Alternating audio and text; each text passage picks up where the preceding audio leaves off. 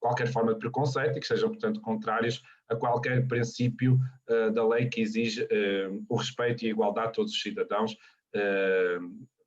comunitariamente falando.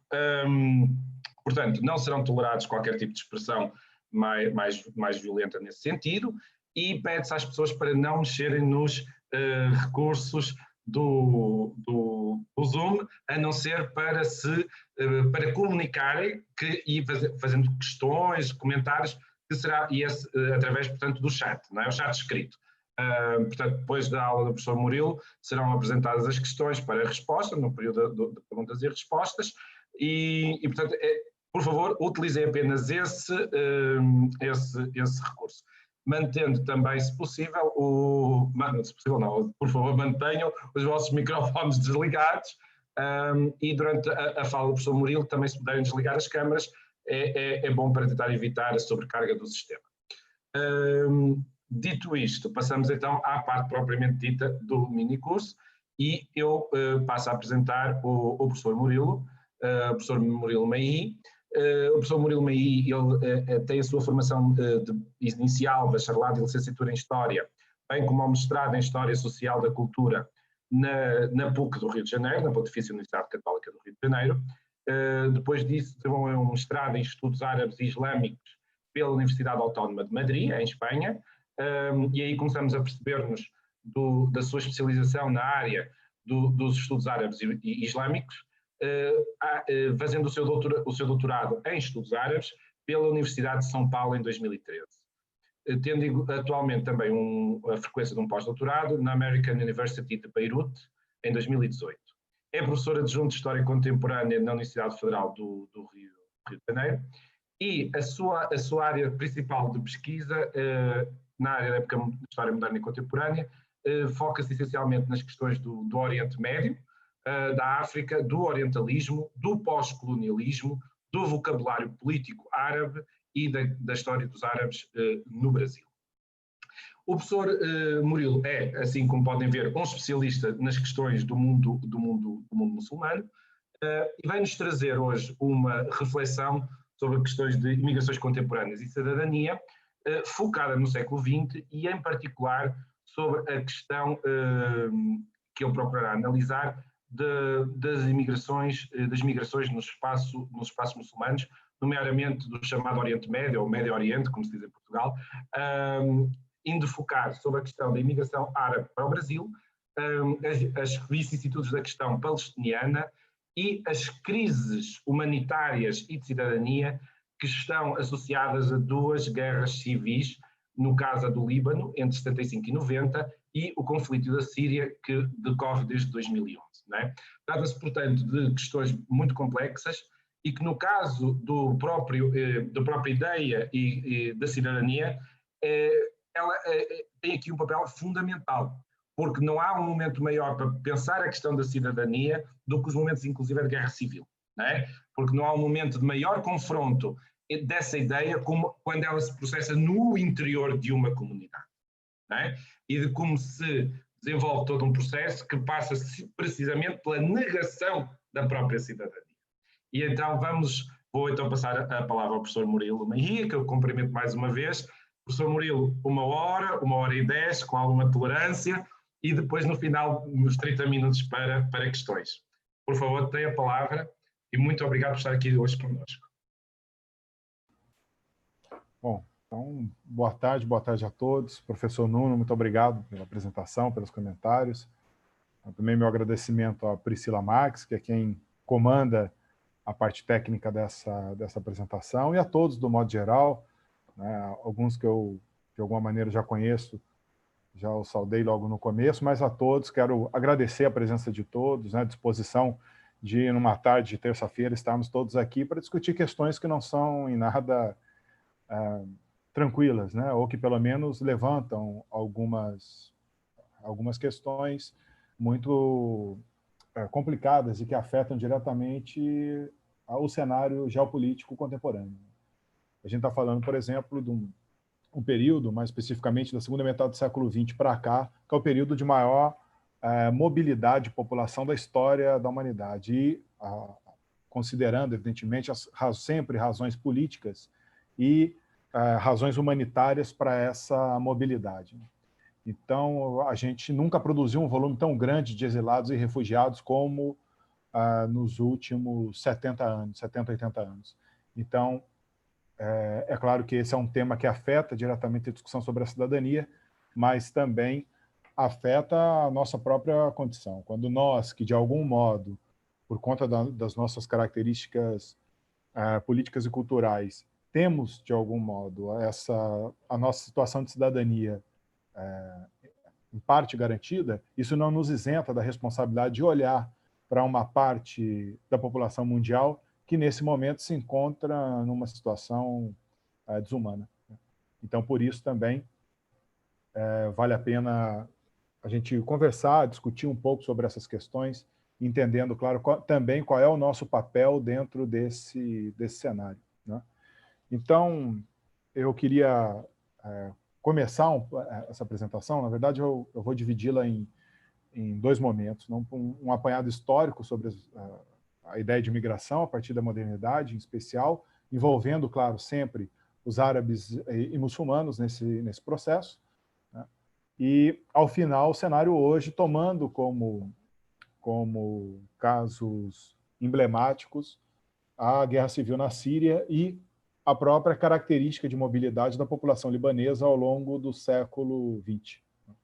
Então, por isso, tomando esses dois modelos, a gente vai discutir um pouco como nos transformamos no maior período da história em relação à produção de exilados e refugiados da história, né? Então é isso. Priscila, por favor, eu pedi para você compartilhar o PowerPoint. Pode ser? Você consegue daí? Beleza.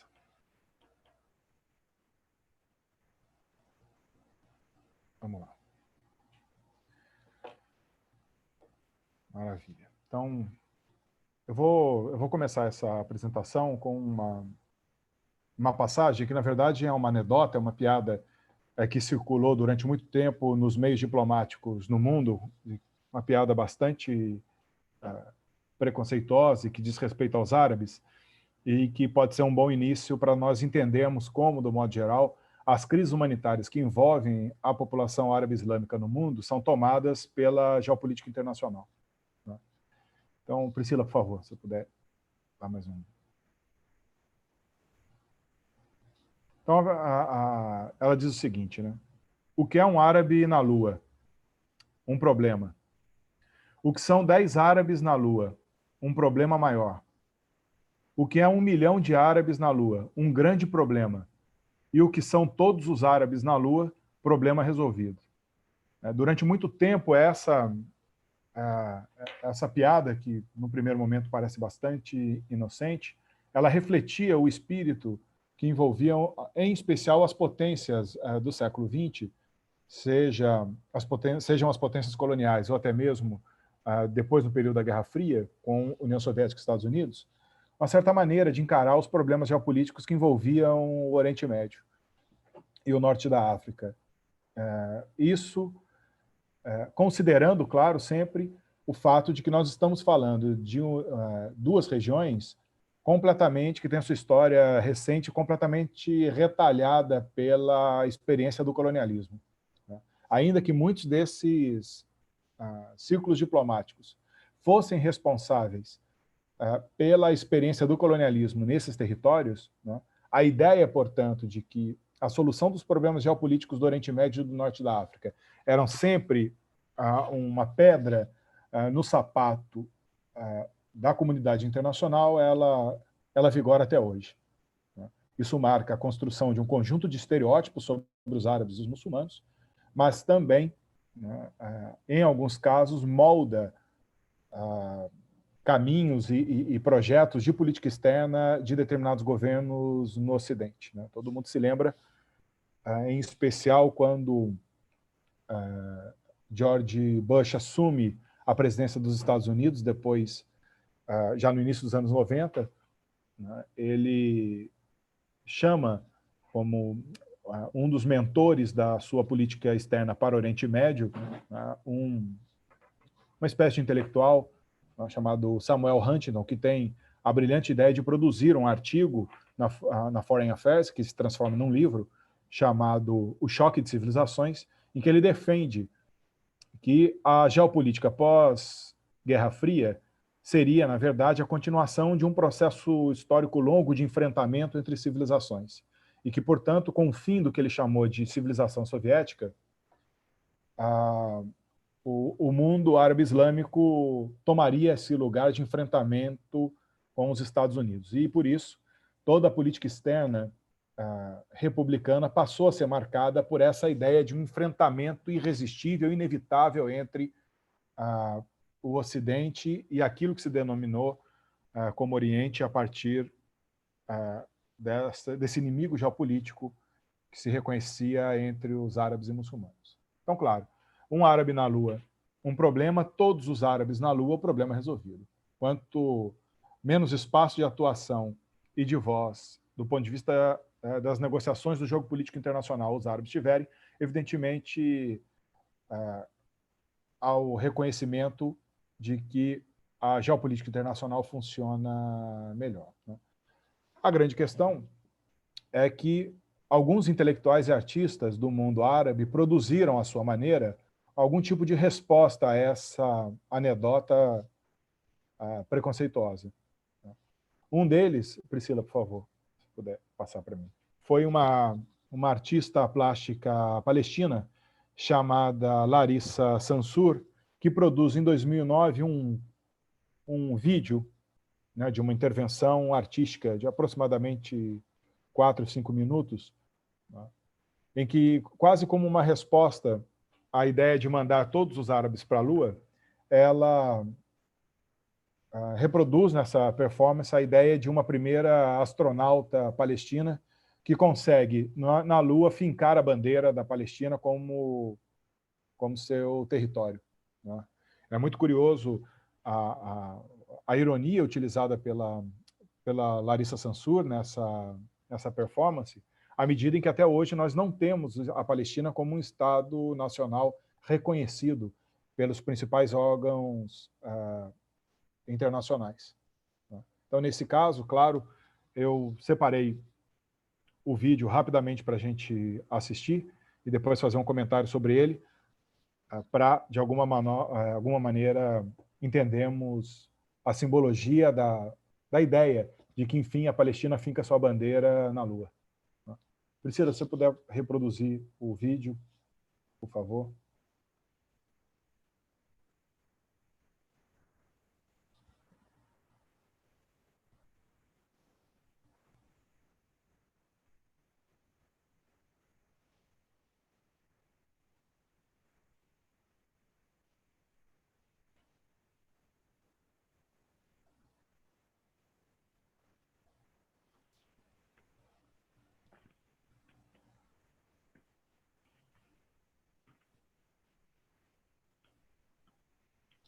Se não der, não tem problema, Priscila.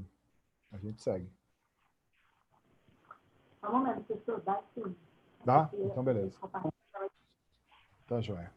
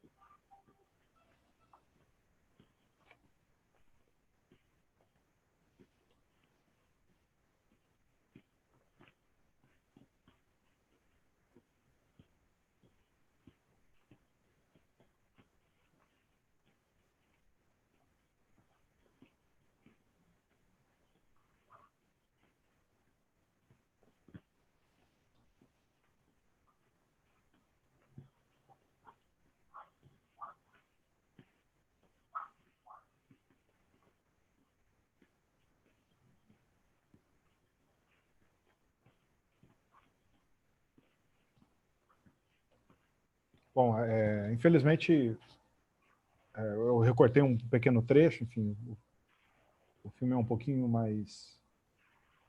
tem um pouco mais de tempo, né? Mas, na verdade, essa intervenção artística da Larissa Sansur é uma paródia com o filme 2001, Uma Odisseia no Espaço, do diretor Stanley Kubrick, né? E esse é na verdade, né, o êxodo espacial, né, dos palestinos.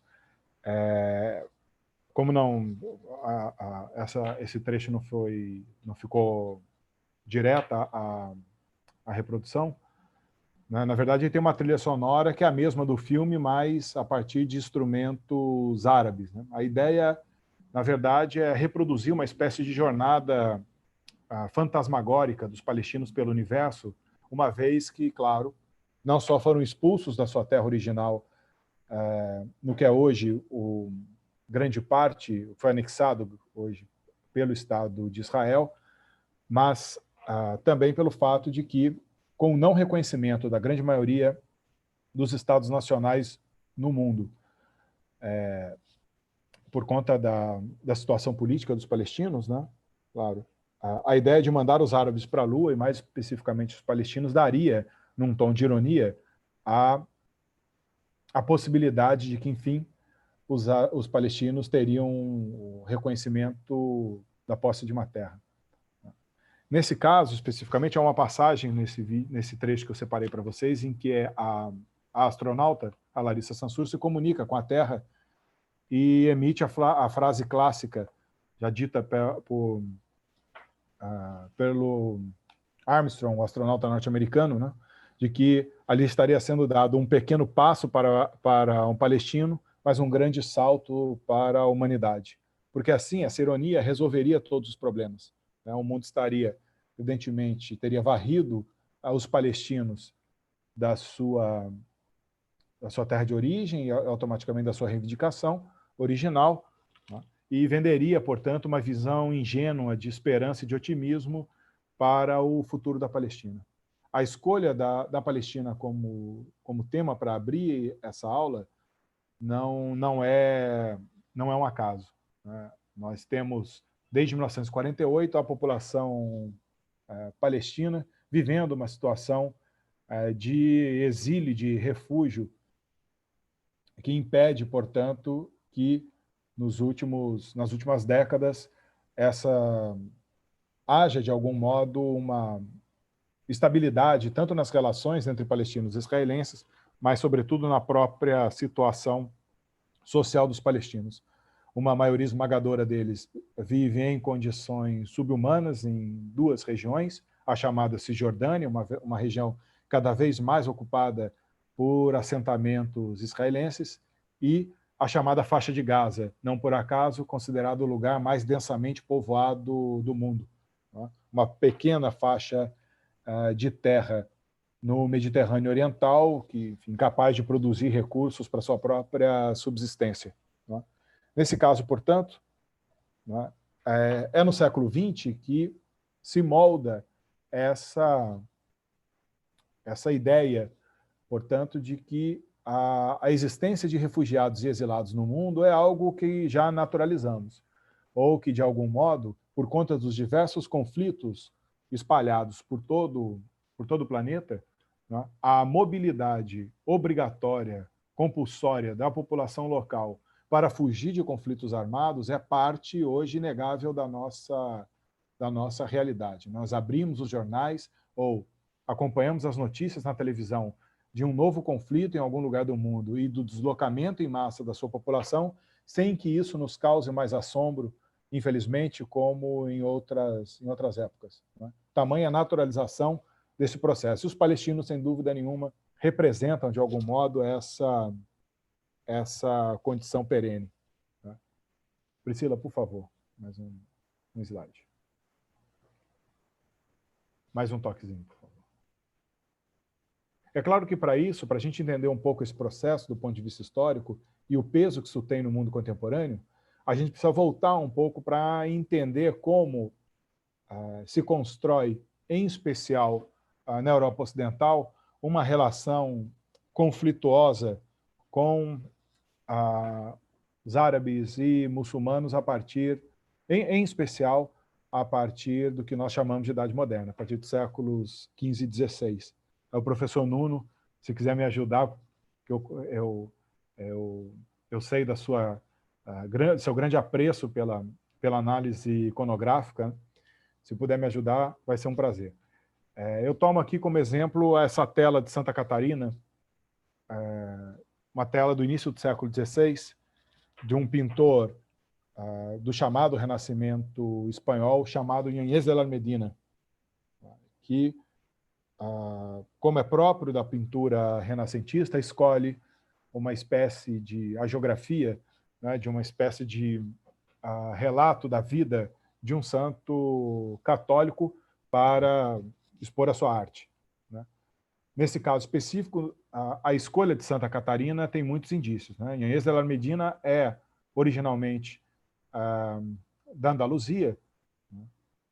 E, evidentemente, já no início do século XVI, marcado pela tensa relação entre católicos e muçulmanos, com o processo de reconquista liderado pelos reis católicos espanhóis nesse período, né? A expulsão dos muçulmanos para o norte da África foi um processo já iniciado a partir dos anos posteriores a 1492 e que culmina, portanto, na união de toda a Península Ibérica em torno dos reinos católicos.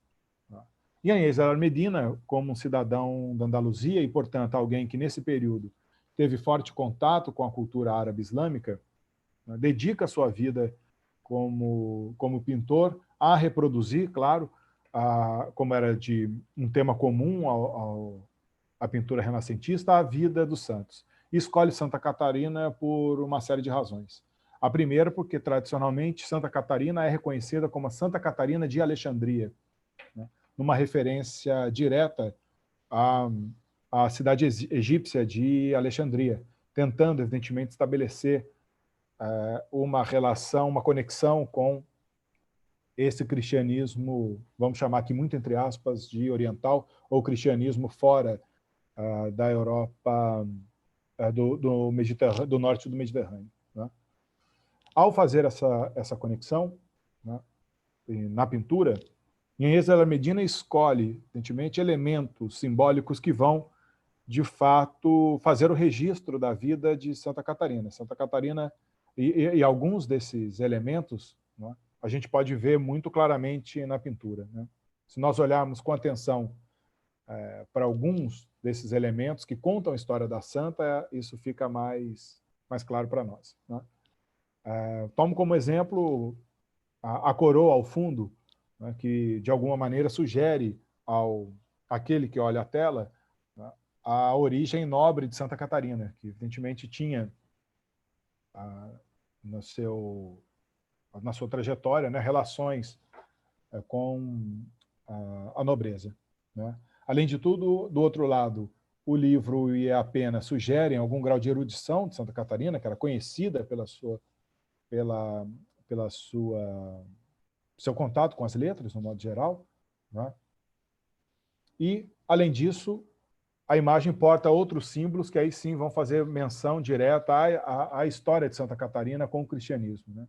Ela, se a gente olhar nos pés de Santa Catarina, não sei se dá para ver muito bem, há uma roda dentada, um pedaço de uma roda dentada, que é o próprio instrumento de tortura o qual Santa Catarina foi submetida, né, no instrumento de tortura que se amarravam as extremidades da pessoa na roda, e à medida em que ela girava, braços e pernas eram esticados até que os ossos se rompessem ou se descolassem do corpo, né? Ela passou por esse martírio e, ao final, foi decapitada, né? A espada apontada para baixo também, de algum modo, representa essa passagem. Mas, ao descrever a vida de Santa Catarina em detalhes, na pintura, Ñañez de la Medina, ao contrário de outras imagens da época, escolhe, por exemplo, cobrir Santa Catarina com um tecido especial. Se nós olharmos para o pedaço da roupa de Santa Catarina que cobre os seus a manga, né, que cobre os seus braços, e essa parte por baixo do pano azul em que ela levanta sutilmente, essa é uma estampa de arabesco. Veja, retratar uma santa católica no período posterior à Reconquista, vestida, coberta com tecido, com uma estampa de arabesco, é uma representação simbólica quase que direta para nós, né, dessa camada, portanto, do reconhecimento da presença árabe-muçulmana na Península Ibérica, mesmo com a sobreposição do cristianismo, do catolicismo em especial, nesse território. Né? Ao levantar a saia azul, né, tornando evidente um pedaço do tecido com arabesco, né, há aqui uma alusão simbólica do fato de que na profundeza, né, por baixo, portanto, do que a Península Ibérica é, evidentemente não há como varrer o seu passado ligado à presença árabe e muçulmana nesse território. Para que isso fique mais evidente, basta que a gente compare uma mesma pintura, tendo a vida de Santa Catarina como tema, né, feita por um outro pintor na mesma época. Priscila, por favor, você pode dar mais um toquezinho, por gentileza? E essa é a Santa Catarina de Tiziano, um pintor do Renascimento italiano, né, bem mais famoso, evidentemente, que Agnès de la Medina, e que também representa a vida de Santa Catarina. Se nós olharmos para essa segunda pintura, em comparação à primeira, alguns dos símbolos que representam a vida da santa, eles permanecem aqui representados, né? A coroa, que aqui já se encontra na cabeça da santa, né? A espada, a roda dentada como instrumento de tortura, né? Mas há dois elementos de diferença que a gente precisa destacar, né? São pinturas da mesma época. O primeiro é, claro, o tecido, e aqui, evidentemente, o arabesco não é a estampa que Tiziano escolhe para melhor representar a santa, né? E, ao mesmo tempo, né, os gestos mais dramáticos, ou seja, as mãos levantadas ao céu, né, em oposição ao movimento sutil da Santa Catarina de Agnès de la Medina, mostrando a camada do arabesco ou da cultura árabe islâmica que está sendo sobreposta pelo catolicismo nesse momento. Professor Nuno, quer fazer algum comentário? Alguma coisa? Não, a interpretação está perfeita, efetivamente. Só uma coisa, ali no livro, por cima, não é uma pena, é a palma do martírio. É a palma, perdão, é a palma do martírio, tem razão. Mas o livro, efetivamente, representa a consideração de Santa Catarina como uma mulher erudita. E, efetivamente, provavelmente, se nós pensarmos em Catarina de Alexandria, estamos a pensar daqueles núcleos de mulheres cristãs e não cristãs que existiam em Alexandria. Nós podemos falar de uma Hipátia de Alexandria, podemos falar de outras mulheres letradas, e no domínio do cristianismo essas mulheres tiveram um papel muito, muito importante. As patrícias, não é? Do Império Romano, claro. Não é? Porque Alexandria era do Império Romano na altura, não é? E é interessante essa questão que coloca eu gostei muito desta análise porque é precisamente isso. Eu estava a olhar esta pintura e estava a conectar diretamente com uma outra forma de expressão cultural, que é a Casa de Pilatos, em Sevilha, dos Duques de Medina Celi, que é um palácio desta época, que é essencialmente, estruturalmente decorado, segundo um estilo muçulmano, numa época em Sevilha já não está sob domínio islâmico. No entanto, há uma substância dessa identidade cultural e artística muçulmana que ela prepondera até hoje. Porque quando no século XIX se inicia aquele grande movimento em busca nas artes, na arquitetura, nas artes decorativas, aquela busca por um estilo nacional, não é? Acompanhando os nacionalismos políticos, a Espanha e menos Portugal vão procurar estilos que sejam, enquanto, por exemplo, na Inglaterra é o estilo Tudor, na França é os castelos típicos do Villette-le-Duc, aqueles castelos medievais, e o gótico, enquanto, por exemplo, na Alemanha é o chamado o gótico alemão, muito duro. O que é que vai ser o estilo? Na Espanha vai haver uma guerra artística entre dois estilos, não é? O estilo, o chamado plateresco, o gótico tardio espanhol, mas, sobretudo, aquele que vai ganhar é o estilo arabizante, é o estilo árabe, é o uso do azulejo, é os arcos de ferradura. Então é muito interessante, no século XIX, quando foi preciso dizer qual é o estilo artístico da Espanha, qual é que foi? Foi o andaluz. Uhum. Então este quadro é um precursor dessa ideia, a ideia de que há um estilo artístico, há uma presença cultural que ela sobrevive muito para além da própria estrutura política, religiosa e cultural que lhe deu origem. É? Portanto, eu acho que foi uma análise perfeita e, efetivamente, o autor coloca-nos um pouco de Andaluzia nestes tecidos e com isso passa, sem dúvida, uma mensagem. Perfeito. De fato, a palma geralmente, né, pelo menos na maioria das representações, acaba sendo sustentada, né, pela própria figura central, né, para reforçar a ideia do martírio, e aqui, evidentemente, ela sobreposta ao livro dá um significado ainda maior, né, sem dúvida, ao martírio de Santa Catarina. Né? Obrigado, professor Nuno. Priscila, por favor, pode passar. E aí, claro, mais um toquezinho. Obrigado. E aí, claro, a imagem clássica, né? Que a gente pode entender como uma continuação desse reconhecimento da presença árabe-islâmica, inclusive do ponto de vista cultural, na Europa moderna, na Europa ocidental moderna, é a clássica tela de Rafael, de 1509 a 1511, a Escola de Atenas, em que ele representa, claro, ao centro, né, Platão e Aristóteles, né, dividindo, evidentemente, a tela entre os demais filósofos que contribuíram para o desenvolvimento do pensamento platônico, aristotélico, ao longo da história. Né? E se nós olharmos, né, considerando Aristóteles, essa figura central à esquerda, né? Se nós olharmos um pouco mais à esquerda, há uma figura que se destaca. Priscila, vou pedir para você dar mais um toquezinho. Logo aqui, no canto esquerdo, né, uma figura de trajes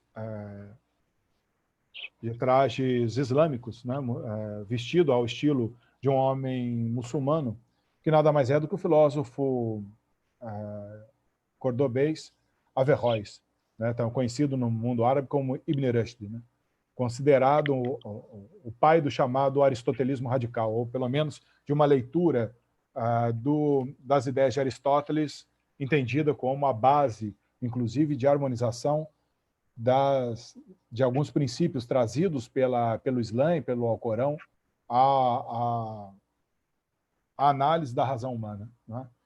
E aí, claro, muito do que sobreviveu da leitura de Aristóteles no Ocidente, há o reconhecimento, portanto, de que essa leitura foi feita a partir dos comentários desenvolvidos pelos muçulmanos na Península Ibérica, e Averroes representaria essa condição.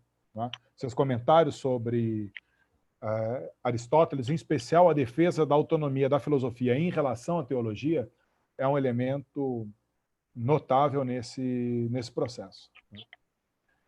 Isso mostra para nós como, de algum modo, inclusive do ponto de vista cultural, a relação entre o que nós estamos chamando aqui, muito entre aspas, de Ocidente e Oriente, mais especificamente a Europa Ocidental e o mundo árabe islâmico, foi muito mais uma relação de troca e, inclusive, gerando algum grau de prosperidade econômica e cultural a ambos os lados dessa negociação, né, ao longo da Idade Moderna. Priscila, por favor, podemos dar um toquezinho.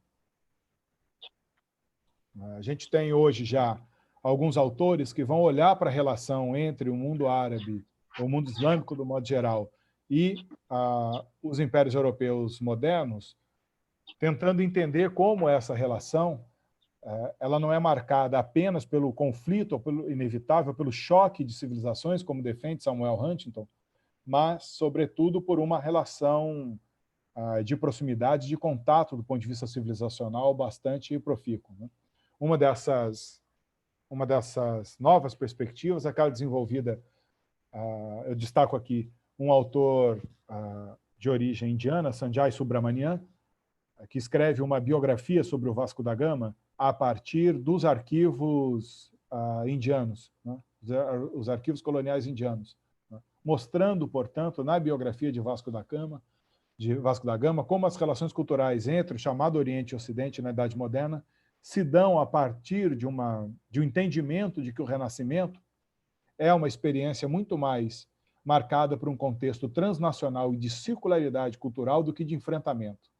Esse é um elemento importante para a gente entender como, se de algum modo, a geopolítica contemporânea se baseia numa relação de enfrentamento entre o Ocidente e o Leste, de um modo geral, em determinado momento representado pela chamada ameaça islâmica, né?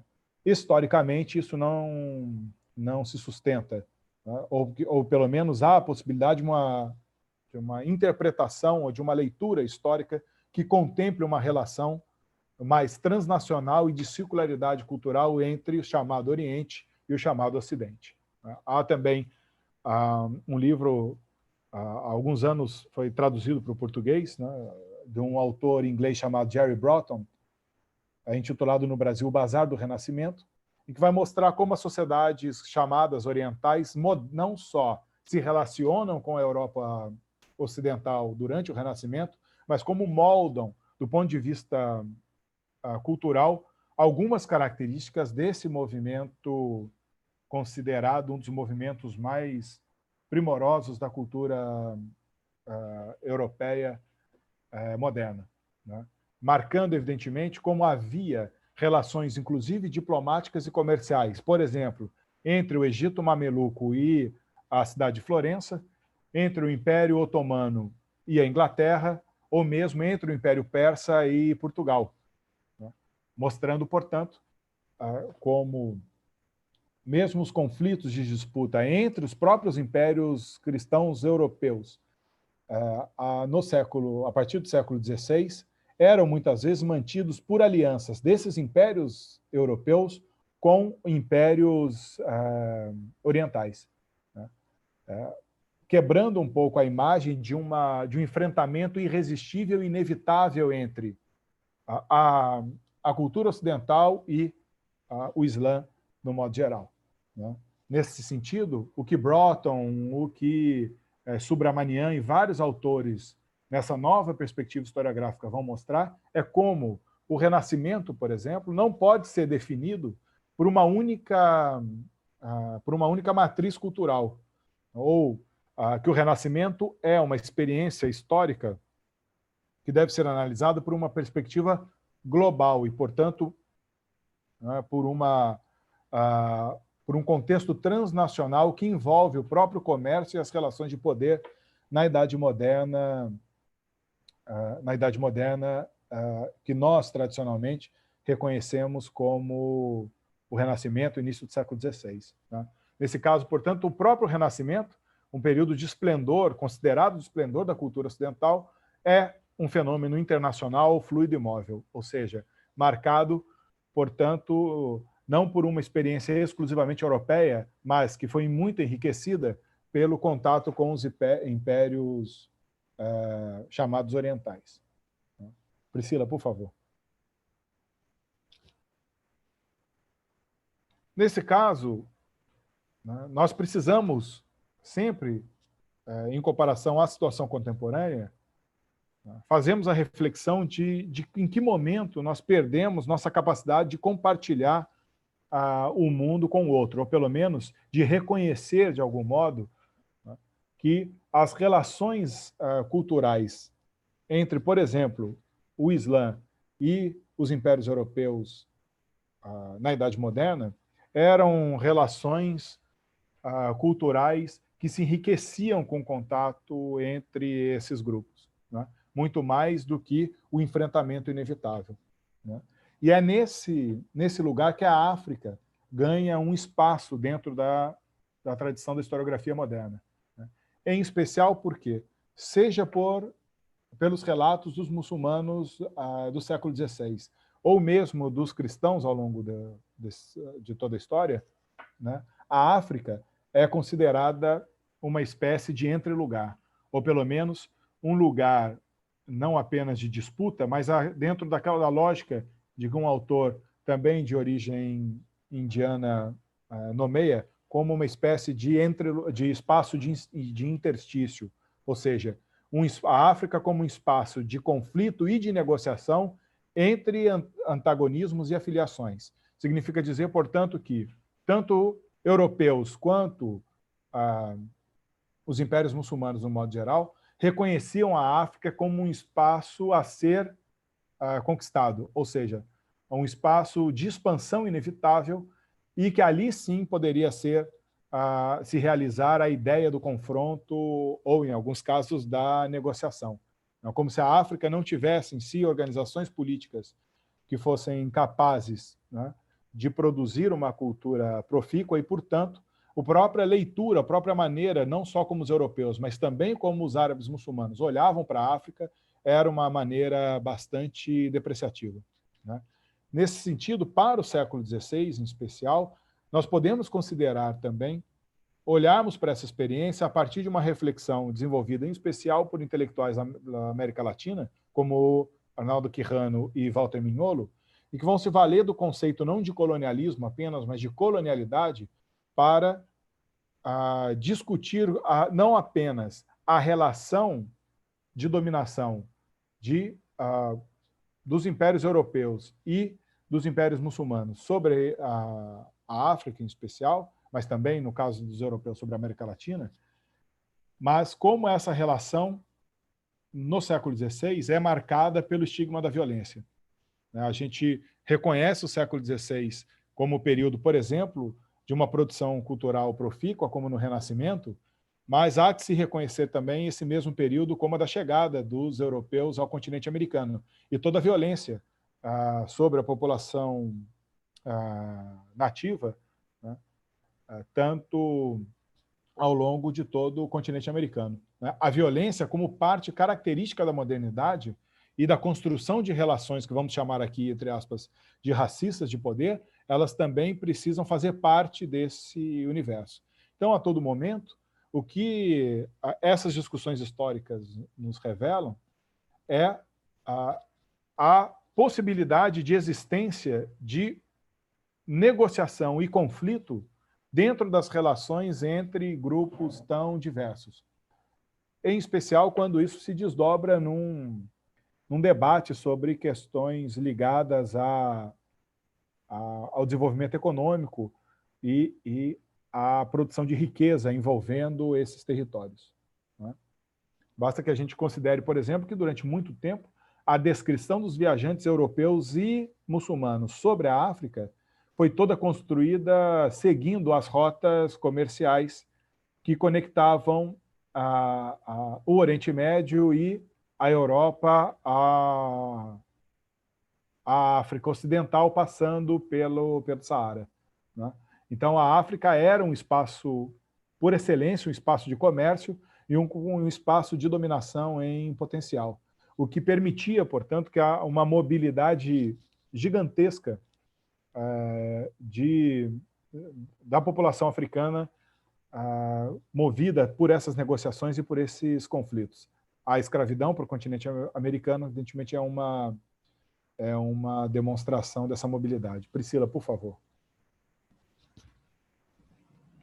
Seguindo, portanto, essas rotas de comércio que transformam a África num espaço de interstício entre o Islã e os impérios europeus do século XVI, né, eu me valho aqui do relato de um desses viajantes originalmente muçulmanos, conhecido no Ocidente como Leão Africano, na verdade, Mohammed ibn Wassan, para os árabes, que tem uma trajetória de vida bastante interessante, né? Ele é acompanha a tomada de... Ele é granadino, ele é de Granada, e a tomada de Granada pelos cristãos, né, é forçado a fugir para o que é hoje o Marrocos, mais especificamente para o Reino de Fez, né, e, nesse caso, ele passa a fazer uma série de viagens e produzir relatos sobre a África em especial. Em uma dessas viagens, ele é sequestrado por piratas cristãos no Mediterrâneo, levado para a Itália e entregue como presente ao Papa Leão X, que o acolhe, claro, força a sua conversão ao cristianismo, o acolhe como um intelectual da sua corte, vamos chamar assim, né? E encomenda a Leão Africano uma espécie de relato de espionagem sobre as potencialidades econômicas do norte da África, que é o seu livro principal, né? E do qual eu tomo essas imagens. A visão de Leão Africano ela é bastante interessante porque ela é marcada tanto pela maneira como o Islã olha para a África, como pela maneira como os grandes interesses econômicos europeus no século XVI olham para esse continente também, tendo as rotas comerciais como seu principal objeto de interesse. Se nós olharmos para esse mapa no canto esquerdo da tela, né, esse é um mapa construído por Leão Africano sobre o continente africano, né? O mapa está, se nós olharmos aqui, o mapa foi feito pelo Leão Africano numa perspectiva contrária ao que a gente tem, né? Então, aqui embaixo seria a Europa, ao sul, o Mar Mediterrâneo e a Europa, né? Aqui à esquerda a Península Arábica e em direção ao norte o que nós chamamos hoje de sul do continente africano. Então, a primeira faixa seria a Berbere, né? a região dos Berberes, o que é hoje parte do Marrocos. Logo abaixo, o que os árabes chamavam de Bilad al-Jarid, ou, no caso do Leão Africano, para os ocidentais, para os cristãos, a Numídia, né? A chamada Líbia, região do Saara, do deserto do Saara, e abaixo, né, o que se convencionou chamar em um determinado momento de África subsaariana, passa a ser chamada por Leão Africano como a Terra dos Negros. Isso é muito emblemático para nós, porque, claro, né, considerando que grande parte desses territórios eram nomeados por aquilo que eles apresentavam de maior potencial econômico, de exploração econômica, considerar a África subsaariana, em pleno século XVI, como a Terra dos Negros, é, de alguma maneira, valorizar a exploração da escravidão como um recurso econômico àquela região. Então, um reconhecimento, portanto, de que a África Ocidental, mais especificamente o que depois se convencionou chamar de África subsaariana, passa a ser reconhecido como a terra onde o acesso à mão de obra escrava é o seu principal potencial econômico. Então, veja como essa imagem da África intersticial é muito forte entre muçulmanos e cristãos no século XVI. E, portanto, né, foi justamente o entendimento da África pelas suas potencialidades econômicas que permitiu que não apenas a escravidão ganhasse uma dimensão tenebrosa, né, como um recurso econômico, mas que toda a mobilidade humana nesse território fosse reconfigurada e que, portanto, seja pelas caravanas, seja pela exploração da mão de obra de escravizados, né, as questões ligadas a esse deslocamento forçado de população começam a ganhar um sentido como nós, de alguma maneira, conhecemos hoje. Priscila, por favor. Isso, do ponto de vista cultural, produziu alguns elementos que, para nós, são muito característicos, como um desdobramento desses encontros culturais. Mais um toque, mais 2 toquezinhos, por favor. Isso fica muito evidente se nós olharmos, por exemplo, para o surgimento na África Ocidental de relatos da história, por exemplo, né, de divindades locais, como é o caso dos orixás, né, em absoluto contato cultural com a tradição religiosa islâmica. O maior exemplo disso é a figura de Oduduwa, que é considerado o fundador da cidade de Ilha-Ifé, na África Ocidental, e que os relatos originais da sua lenda de fundação da cidade de Ilha-Ifé conta que Oduduwa, na verdade, vivia entre a região do que é hoje Egito e a Península Arábica, e como um grande adivinho ou um grande executor da técnica da geomancia árabe, ou da capacidade de prever o futuro a partir do uso de um oráculo, de um oráculo comum naquela região, com o advento do Islã e a proibição, portanto, da consulta oracular pelo monoteísmo islâmico, esses adivinhos teriam sido expulsos da Península Arábica e teriam se exilado na região da África Ocidental. Um desses adivinhos seria Oduduwa, né, que, portanto, se refugia na África Ocidental, fundando a cidade de Ilha-Ifé. E aí, evidentemente, pela sua própria biografia, assumindo a condição de orixá ou de uma divindade reconhecida, portanto, por uma origem árabe, e que, portanto, teria trazido para a África Ocidental o conhecimento da consulta oracular, que até hoje é a base do culto a Ifá na África Ocidental e também com a diáspora no continente americano, né?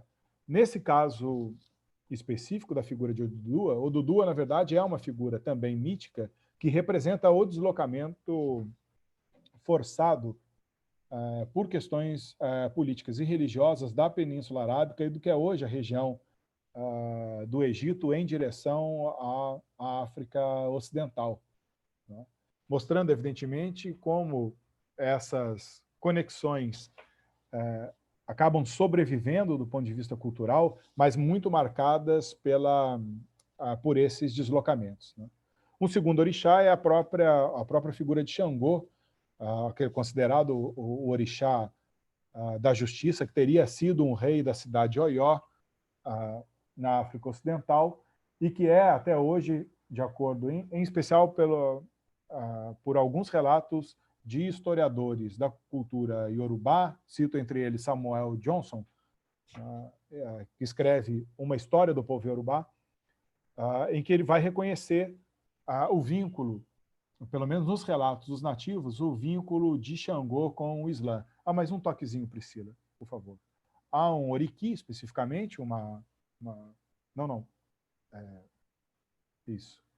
Há um oriqui, isso, perfeito, que conta a vida de Xangô e que mostra essa relação com o Islã. O oriqui é o seguinte, o trecho do oriqui diz o seguinte: quando Xangô viveu em Salu, ele era muçulmano. Ele comeu cabeça de cachorro amassada. Ele comeu cabeça de porco no de jejum durante o Ramadã. Essa passagem é bastante interessante para nós, porque faz um registro muito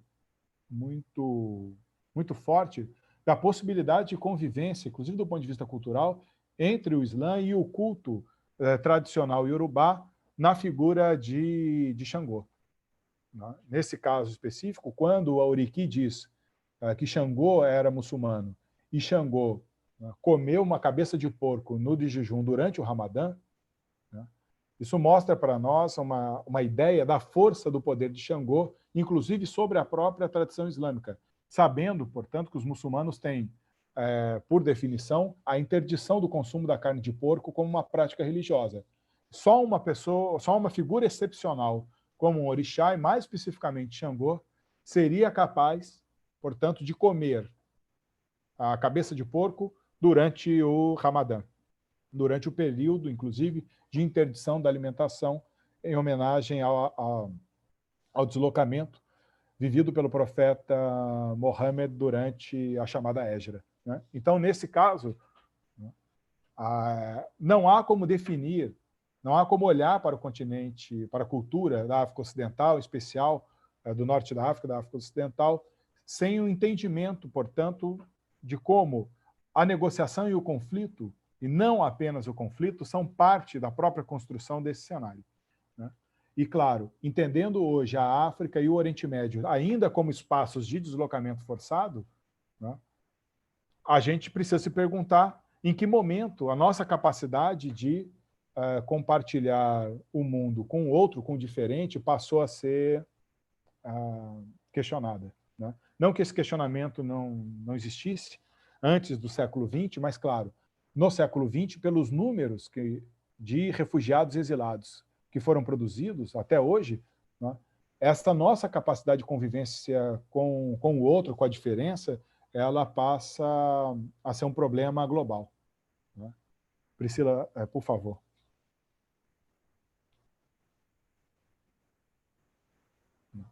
E aí, claro, a gente dá um salto para entendermos um pouco como se dá essa condição no Oriente Médio e na África hoje, a partir de um conjunto de conceitos que são considerados conceitos de quase que de consenso à opinião pública internacional, né? A própria Acnur, a Agência das Nações Unidas para Refugiados, define de forma muito clara a distinção entre refugiados e imigrantes, para a gente entender um pouco como esses problemas geopolíticos que nós assistimos hoje são decorrência de fatores históricos e políticos que precisam ser revistos por nós, né? Para a Acnur, refugiado seria toda e qualquer pessoa ou as pessoas que escaparam de conflitos armados ou foram perseguidos. Com frequência, sua situação é tão perigosa e intolerável que devem cruzar fronteiras internacionais para buscar segurança nos países mais próximos e então se tornarem um refugiado, reconhecido internacionalmente, com acesso à assistência dos Estados, do Acnur e de outras organizações. São reconhecidos como tal precisamente porque é muito perigoso para eles voltar ao seu país e necessitam de um asilo em algum outro lugar. Para essas pessoas, a negação de um asilo pode ter consequências vitais, né? O que nós assistimos, em especial, né, no Oriente Médio e na África, por conta das suas questões políticas nos últimos anos, foi justamente a nossa incapacidade de aplicarmos as próprias garantias de direitos que talvez a principal agência internacional para refugiados sustenta.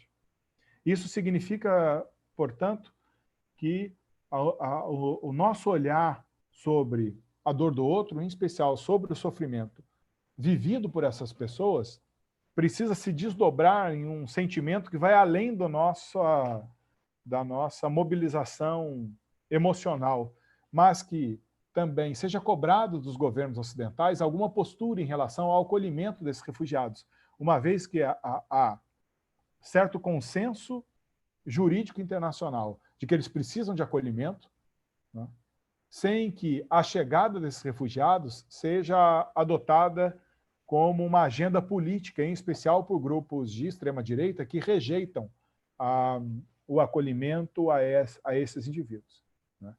E, na outra ponta, ao conceito de refugiados, o conceito de imigrantes nos mostra uma diferença brutal, tá? Os migrantes, portanto, seriam aqueles que escolhem se deslocar não por causa de uma ameaça direta de perseguição ou morte, mas principalmente para melhorar sua vida em busca de trabalho ou educação, por reunião familiar ou por outras razões. À diferença dos refugiados, que não podem voltar ao seu país, os migrantes continuam recebendo a proteção do seu governo, né? Então, claro, no século XX, o que a gente viu foi a produção em escala gigantesca, global, desses dois grupos humanos, mas em especial, proporcionalmente, crescendo numa velocidade ainda mais intensa, né, a de refugiados em relação à de imigrantes. O Brasil, como um país historicamente, né, de acolhimento de grupos imigrantes, né, vem agora a necessidade de se pensar também de forma mais juridicamente estruturada ao acolhimento de refugiados. O que a gente tem assistido é o mais absoluto despreparo do Estado brasileiro. Priscila, por favor. Eu vou me adiantando agora por conta do tempo, né? E por conta mais especialmente do Oriente Médio, são 4 os marcos geopolíticos que produziram um volume de refugiados impressionante. Eu não vou entrar em detalhes em relação a cada um deles por conta do tempo, que eu já estou com o tempo bastante apertado, mas vou passar rapidamente por esses 4 marcos para que a gente possa entender, portanto, as características do deslocamento forçado produzido por esses 4 marcos geopolíticos no Oriente Médio. O primeiro deles é a questão palestina, né, que abriu a nossa aula de hoje, nossa apresentação, né? A questão palestina é um problema geopolítico criado pela herança colonial, pela presença colonial inglesa, em especial, a partir do fim da Primeira Guerra Mundial, quando a região do Oriente Médio é retalhada entre Inglaterra e França como zonas de influência, como protetorados, né? E o que é a atual região de Israel e Palestina fica sob a responsabilidade dos ingleses, né? E, claro, na sua incapacidade de resolver uma questão de disputa territorial entre judeus e árabes até o fim da Segunda Guerra Mundial, em 1948, se valendo da ONU, a comunidade internacional cria um plano de construção de 2 estados na mesma região, o Estado de Israel e o Estado da Palestina, tendo a cidade de Jerusalém como um território internacionalizado. É óbvio que a realização do projeto é anunciado em 14 de maio de 48, no dia seguinte começa uma guerra entre os judeus e os árabes do entorno desse território, que leva, portanto, com a vitória militar dos judeus, ao deslocamento forçado de uma população palestina que vive sob a condição de refúgio e de exílio até hoje, tanto nos territórios vizinhos como espalhados pelo mundo inteiro, né? É, sem dúvida nenhuma, um elemento de produção de refugiados impressionante ao longo, já na passagem da primeira para a segunda metade do século XX. A questão palestina ainda não se resolveu, ela só se deteriora do ponto de vista humanitário, né? Em especial porque Israel vem sendo seguidamente governado por alianças políticas de extrema-direita e que dificultam em muito qualquer possibilidade de negociação com os grupos palestinos organizados, né? Priscila, por favor, mais um toque. O segundo marco geopolítico que a gente pode considerar é a Guerra Civil Libanesa, que teve o seu período, um período entre 1975 e 89, quando, enfim, também com algumas características em comum em relação à questão da Palestina, como, por exemplo, o fato da crise libanesa ser, de alguma maneira, uma herança colonial que sobrevive no país até hoje. Todas as grandes crises envolvendo a população civil libanesa foram e continuam sendo marcadas pela herança de um regime jurídico institucional e que retalha o país em grupos confessionais distintos, reconhecidos pela Constituição libanesa, aproximadamente 17 grupos confessionais, divididos em 2 grandes blocos, que seriam os muçulmanos e os cristãos. Quando o Líbano é formado originalmente pelos franceses, entre os anos 20 e 30, a ideia era transformar o território francês no Oriente Médio em 2 estados nacionais, ou em 2 áreas distintas, um de maioria cristã, que é o Líbano, e um de maioria muçulmana, que seria a Síria, né? E aí, claro, como o Líbano é retalhado por grupos confessionais distintos, né, na tentativa de harmonizar as questões políticas que envolviam esses grupos confessionais, o poder político passa a ser dividido no Líbano. O Líbano tem as suas cadeiras no parlamento originalmente dividida entre 60% para cristãos e 40% para muçulmanos. Desses 60% de cristãos, a maioria dessas cadeiras pertence aos cristãos maronitas, que eram demograficamente o maior grupo confessional do país, né? E as cadeiras muçulmanas também divididas entre muçulmanos, sunitas e xiitas, de acordo com essa mesma demografia, né? Ao longo do tempo, a demografia do país se altera e as reivindicações por mais espaço político transformam o país numa zona de conflito, né? Como herança, portanto, desse modelo colonial, o Estado libanês ao longo de sua história, um Estado nacional frágil, que não consegue garantir condições mínimas de sobrevivência à sua própria população. O resultado disso é que hoje a grande maioria dos libaneses vive fora do território do seu Estado nacional, fora do Líbano. Por exemplo, se não há comprovação estatística, mas se imagina, por exemplo, que a própria população de libaneses e descendentes no Brasil seja hoje maior do que a própria população em território libanês, né? Além de outras grandes comunidades como Austrália, Canadá, Estados Unidos, Venezuela, né? O que mostra que os libaneses emigram e se encontram na condição de refugiados numa quantidade maior do que a sua própria população no seu território. Se nós contarmos, portanto, o Líbano como um espaço também de acolhimento de refugiados, como foi o caso dos palestinos, com a questão palestina, né, o Líbano hoje também um espaço que exporta a sua população de imigrados e, ao mesmo tempo, ainda recebe refugiados, como tanto palestinos como sírios. Por favor, Priscila. O terceiro é a chamada Revolução Iraniana, de 79, que produziu um volume grande de refugiados, de exilados, perdão, né, em especial grupos de classe média alta, que estavam ligados ao antigo regime liderados pelo Shah Mohammad Reza Pahlavi, né, e, nesse caso, claro, também como um fator de produção de deslocamento forçado. Por favor, Priscila. E, por último, em 2003, a chamada Guerra do Iraque, né, a invasão norte-americana ou os aliados, né, de um grupo de forças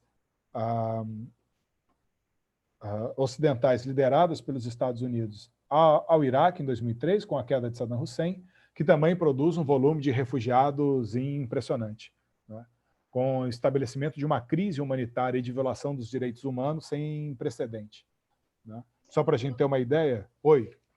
Desculpa, alguém me chamou? Não. Só para a gente ter uma ideia, eu tenho alguns números aqui, né? No Iraque, pós-2003, né, nos últimos anos, para a gente ter uma ideia, 64% da população se encontra na condição de pobreza, 88% da população não tem acesso a serviço de eletricidade regular, 90% da população não tem acesso a gás de cozinha, mesmo o Iraque sendo um grande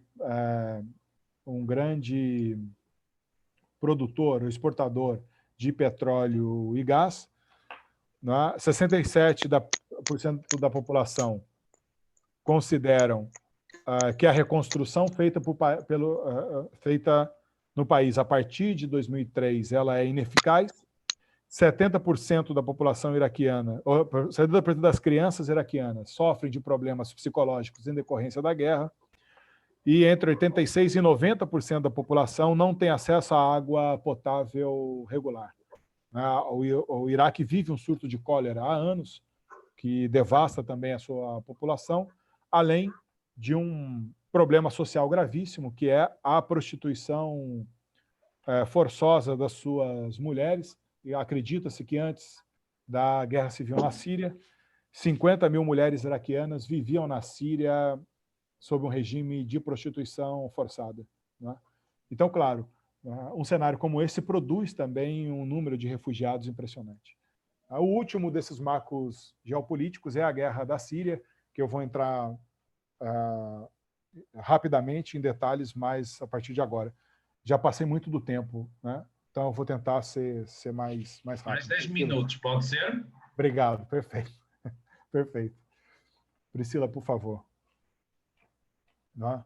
E aí, claro, né, do ponto de vista geral, nós vivemos a maior crise da nossa história, para a gente ter uma ideia, com dados de 2015, não atualizados, porque 2015 é considerado um período dramático desse processo.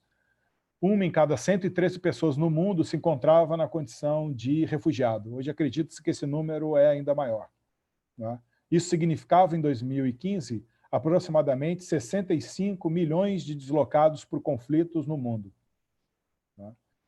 O que também pode ser traduzido em 24 pessoas por minuto se deslocam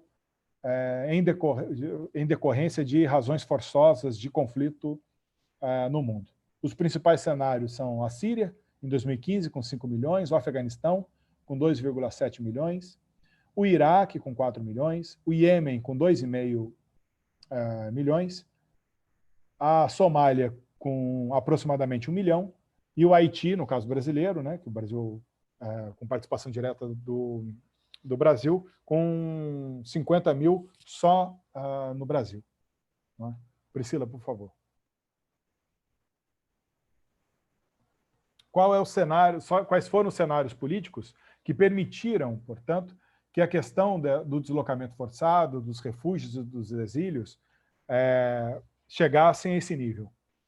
Sem dúvida nenhuma, a eleição de Donald Trump nos Estados Unidos, né, favoreceu, portanto, que não apenas a política norte-americana, mas a política de países aliados se fechassem para a negociação e a solução desse tipo de problema, né? Em decorrência disso, uma onda do aumento da extrema-direita em vários países do mundo, a extrema-direita com uma bandeira política muito clara de recusa de extremo nacionalismo, portanto, de recusa de estrangeiros em muitos desses países, né? Nós sabemos particularmente o que é isso, né? A inoperância das organizações intergovernamentais, como as Nações Unidas, por exemplo, a Liga Árabe, a União Africana, enfim, vários dessas outras organizações não governamentais, intergovernamentais, não conseguiram dar conta de acolher, de produzir políticas eficientes para o acolhimento desses deslocados, né? E a gente tem o caso sírio como um dos mais dramáticos nos últimos anos, em que, na verdade, se constituiu no primeiro momento como um problema europeu, por conta da reação de alguns países da Europa com a chegada desses refugiados, quando, na verdade, o que a gente assistiu, acompanhou pela imprensa como um problema europeu de chegada dos refugiados sírios, na verdade, uma pequena parcela da real dimensão catastrófica desse processo, uma vez que os países que foram mais impactados por esse deslocamento forçado e, portanto, tiveram a sua organização interna, de algum modo, atingida pelos conflitos envolvendo a guerra civil na Síria, foram a Turquia, o Líbano, a Jordânia e o Iraque, países que se transformaram do dia para a noite em países de acolhimento de refugiados. A Turquia, como uma política própria da União Europeia, até hoje recebe financiamento para manter parte desses refugiados no seu território, em grandes campos de refugiados, né? O Líbano se transforma no que parecia ser a sua vocação natural, de uma espécie de país dos refugiados. A gente vai ver os números em relação à presença de sírios no Líbano, né? A Jordânia, contendo os maiores campos de refugiados, uma parte desses campos no deserto jordaniano, ou seja, em condições humanas deploráveis, e o Iraque vivendo uma contradição. O Iraque sendo, ao mesmo tempo, um país de produção de refugiados e de acolhimento de refugiados. E, portanto, produz deslocados do seu conflito e recebe deslocados do conflito sírio. É uma contradição bastante complicada, né? Os casos mais vergonhosos, sem dúvida nenhuma, em relação a países que tinham potencial de acolhimento desses refugiados, mas não se posicionam. São 4, em especial, os Estados Unidos, que em 2015 receberam o incrível número oficial de 1.500 refugiados, né, do conflito sírio. O Canadá, que anunciou a disposição de receber 10 mil refugiados, o que é um número ridículo, perto até mesmo das necessidades demográficas do Canadá. Os Emirados Árabes Unidos, que se dispuseram a receber 250 mil, a grande maioria deles trabalhando em condições subhumanas, né? Além dos países do Golfo, como Catar, Bahrein e Kuwait, que não apenas pela proximidade, pela falta de mão de obra, evidentemente não se posicionaram de forma veemente em relação ao conflito na Síria, mas mais especificamente ao que fazer com os seus refugiados e com as vítimas do conflito, né? Priscila, por favor. É o caso que a gente vai chamar aqui o caso paradigma, ou aquele que deu visibilidade à Síria, né? Foi a morte de um menino de 3 anos de idade, um menino de origem curda, chamado Alan Kurdi. Eu acho que todos se lembram, mais ou menos, da imagem do seu cadáver às margens de uma praia na Turquia, sendo recolhido por um oficial local. A imagem chocou, evidentemente, o mundo e, enfim, no dia 2 de setembro de 2015, quando ele foi encontrado, o cadáver foi encontrado numa praia turca, né? É incrível como ficou marcado como um caso de comoção imediata. A opinião pública internacional se mobilizou, essa imagem circulou pelo mundo, se transformou num exemplo da questão do sofrimento dos refugiados sírios com a guerra civil, mas logo depois dessa comoção imediata, evidentemente isso não se traduziu numa mudança de política do ponto de vista da opinião pública internacional e nem mesmo da comoção dos demais, né? Então, claro, tirando pelo fato do pai do menino, né, ter sido o único sobrevivente da família, ter sido acolhido como refugiado por conta das condições extremas do caso, né? Fora isso, evidentemente, praticamente ninguém mais se lembra da família Kurdi desse processo. Priscila, por favor. O caso sírio é, sem dúvida nenhuma, o mais emblemático e os números são, para nós, preocupantes. Eu destacaria aqui, especificamente, os números no Líbano, em que, até 2014, o Líbano havia recebido oficialmente 1.100.000 sírios no seu território. Com a população do Líbano deve ter em torno de 5 milhões de pessoas, ou seja, né? 1/5 da população libanesa, do dia para a noite, aumenta com a chegada desses refugiados. Isso é impressionante, porque um Estado nacional frágil como o Líbano, que mal tem condições de dar condições adequadas de serviços públicos básicos, como eletricidade e água, a toda a sua população, né? De repente, com a chegada de 1 milhão de refugiados, né, vê essa situação social ainda mais deteriorada e, claro, por isso a gente deve considerar que, no caso sírio, né, a ideia de que a chegada dos refugiados na Europa é um problema, não, na verdade, isso é muito mais uma consequência da imagem depreciativa que alguns meios de comunicação e alguns Estados nacionais europeus produziram sobre o conflito sírio do que necessariamente uma questão real, uma vez que os países do entorno foram aqueles que mais acolheram esses refugiados. Priscila, por favor. Estou passando mais rapidamente. Mais um toquezinho, mais um, por favor.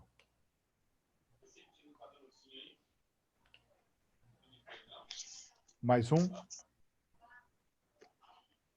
Só para a gente ter uma ideia, portanto, da chegada dos refugiados sírios ao Líbano entre 2012 e 2014. Né?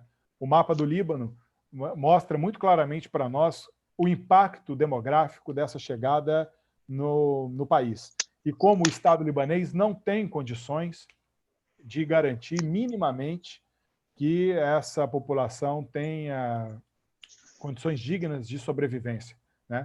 De junho de 2012, com 25 mil refugiados, em abril de 2014 já eram 1 milhão. Priscila, por favor. Eu vou ter que passar as rotas, infelizmente, por conta do tempo. Por favor, Priscila. Por favor, mais um. E aí, claro, qual é a ressonância dos problemas envolvendo o deslocamento de de refugiados, mais especificamente dos refugiados muçulmanos para o Brasil, né? Como essa crise humanitária chega no Brasil, né? E ela chega, infelizmente, nos últimos anos, com algumas informações preocupantes para nós, né? A primeira é que, imediatamente, a resposta da sociedade civil brasileira às imagens do deslocamento, da chegada desses refugiados na Europa e de alguns deles ao Brasil, é a do aumento da xenofobia e do racismo no nosso território, infelizmente, né? Em especial com a proximidade de grandes eventos no Brasil, como as Olimpíadas e a Copa do Mundo, a preocupação central do governo brasileiro e de parte da sociedade civil aqui no Brasil era do risco de que esses refugiados trouxessem para o Brasil ataques terroristas, ou pelo menos o terrorismo chegasse junto com esses refugiados. O que é um olhar não apenas preconceituoso, né, discriminatório em relação aos muçulmanos que vinham para o Brasil, porque vem para o Brasil desde do final do século XIX, né, sem que a gente tenha nenhum tipo de problema, mas em especial porque, claro, no momento em que a questão humanitária é mais dramática, né, entender esses refugiados como terroristas em potenciais é de uma crueldade ainda maior, né? No caso brasileiro, esse racismo e essa xenofobia recaiu, sobretudo, não apenas entre os sírios e os muçulmanos no modo geral, mas nós temos uma relação histórica de xenofobia e racismo com outras populações, como haitianos, bolivianos, angolanos e congoleses no Brasil, né, em especial. Nós temos, nos últimos anos, uma política externa do Brasil bastante conservadora em relação aos problemas humanitários envolvendo a África e o Oriente Médio. Os casos mais emblemáticos é da posição do Brasil, né, de não envolvimento no reconhecimento do Saara Ocidental, aquele que é considerado a última colônia africana, o último país que reivindica a sua independência no território africano. Não que existam outras reivindicações, mas, enfim, desde a era colonial, reivindica a sua independência, né? O Brasil oficialmente não se posiciona em relação ao genocídio armênio no início do século XX, né, como uma estratégia da política externa turca de permitir que esse reconhecimento não seja feito pela maioria dos países no mundo, né, e a manutenção da ideia da nossa política externa de que as nossas relações com o Oriente Médio devem se pautar exclusivamente em relações comerciais. O Brasil, como um grande exportador de commodities para o Oriente Médio, em especial carne bovina, carne de frango e soja, né? E o Oriente Médio, mantendo, portanto, relações com o Oriente Médio que são exclusivamente de trocas comerciais, o que é, evidentemente, não apenas um erro estratégico, como também, né, uma falha considerável, e se nós levarmos em questão a quantidade de imigrantes de origem árabe que nós temos no território brasileiro e que, portanto, poderiam permitir que essas relações fossem ainda mais profícuas, né? E, claro, o que nós vimos nos últimos anos foi a securitização da questão imigrante, a transformação, portanto, do tema do refúgio e do exílio no Brasil como uma questão de segurança pública, o que é, novamente, uma chave equivocada de interpretação. Tomo aqui como exemplo o caso desse rapaz na fotografia, né, chamado Marco Mário Duarte, um jovem do interior do Maranhão, né, que se migra para a região de Amparo, próximo a Campinas, em São Paulo, e que é reconhecido pela chamada Operação Hashtag no Brasil, uma operação da Agência Brasileira de Inteligência durante a organização da Copa do Mundo e das Olimpíadas, né? A ABIN faz um mapeamento de potenciais terroristas ou indivíduos muçulmanos que teriam, enfim, contato com organizações terroristas fora do Brasil, né? E esse rapaz, Marco Mário Duarte, é preso e é enquadrado na lei antiterrorismo da Operação Hashtag, né, enfim, recolhido apesar de não haver provas contundentes. Uma das provas utilizadas no processo foi essa foto, né, em que ele segura uma arma quando, na verdade, se trata de uma arma de paintball, né, não sequer é uma arma de fogo, né? E Mário Duarte sofreu um processo por conta por ser identificado como potencial de perigo por ter se convertido ao Islã, por exemplo, né? Então, a gente tem a sobrevivência, a ressonância desses problemas no Brasil e que impõe a necessidade, eu termino, eu juro, Nuno, que eu estou terminando, e a necessidade de nós nos posicionarmos diante dessa situação, que afeta diretamente a sociedade civil brasileira e, inclusive, como pessoa, como indivíduos, nos obriga, portanto, a considerar e a fazer pressão do ponto de vista social para que refugiados exilados sejam acolhidos e não discriminados, como tem sido a prática política, não apenas no Brasil, mas na maioria dos países do mundo nos últimos anos. Desculpa pela correria, por passar um pouco pelas questões, por conta do tempo, mas eu agradeço a todos pela atenção. É isso. Muito obrigado, professor Murilo. Antes de mais nada, antes de passarmos às perguntas, abrir o espaço à professora Patrícia, que entrou agora, para dizer o seu boa tarde. É melhor ligar o microfone, Patrícia. Boa tarde, pessoal. Uma alegria estar aqui com vocês por razões de logística familiar, né? Eu só consegui chegar agora, mas agradeço muito ao professor Nuno que está aqui com a gente, a Priscila, a todos os monitores, ao público querido e ao professor Murilo Meirry, que nos honra sempre com a sua presença, com a sua contribuição fantástica. Eu vou apresentar a vocês a figura que me fez chegar agora aqui. Só um instantinho. Mãe, vem cá. Não tem problema, não. Ela diz que está descabelada. Ela está chegando. A mãe aqui. A dona Vilma. Oi, gente. Chegou agora. Olá, dona Vilma, boa tarde. Alunos. Então, minha mãezinha que está aqui. Mãe! Beijo. Boa noite, família. Tá bom. Pronto, gente. Beijos. Muito bem. Então, continuando, espero que tenham todos conseguido aproveitar, como eu aproveitei, a fala do professor Murilo, e uma fala extremamente interessante e que demonstra algo que eu muitas vezes venho chamando a atenção, os meus alunos sabem isso, os meus colegas também sabem, eu chamo a atenção da percepção do tempo amplo para a compreensão histórica. Não é? O professor Murilo demonstrou-nos muito claramente como é que nós, para percebermos uma situação como a situação da questão migratória, naquilo que normalmente se chama o Oriente Médio, não é? Hoje em dia ela tem todo um substrato histórico muito mais profundo, não é? E a própria percepção que se tem do mundo muçulmano hoje, nos países ditos do Ocidente, muitas vezes ela é desvirtuada por uma construção recente, não é? Que vem anular todo um conjunto, ou procurar anular todo um conjunto de relações históricas extremamente ricas e importantes. Não é? Os meus alunos de Mediterrâneo estão habituados a que eu falo disso. Não é? A professora Murilo falou, por exemplo, do Averroes. O Averroes é um filósofo fundamental. Não há Tomás de Aquino sem Averroes. Não há o platonismo cristão, não existe sem o trabalho de Averroes. E quando nós dizemos, e aqui é considerado o grande doutor da Igreja em termos teológicos, não é?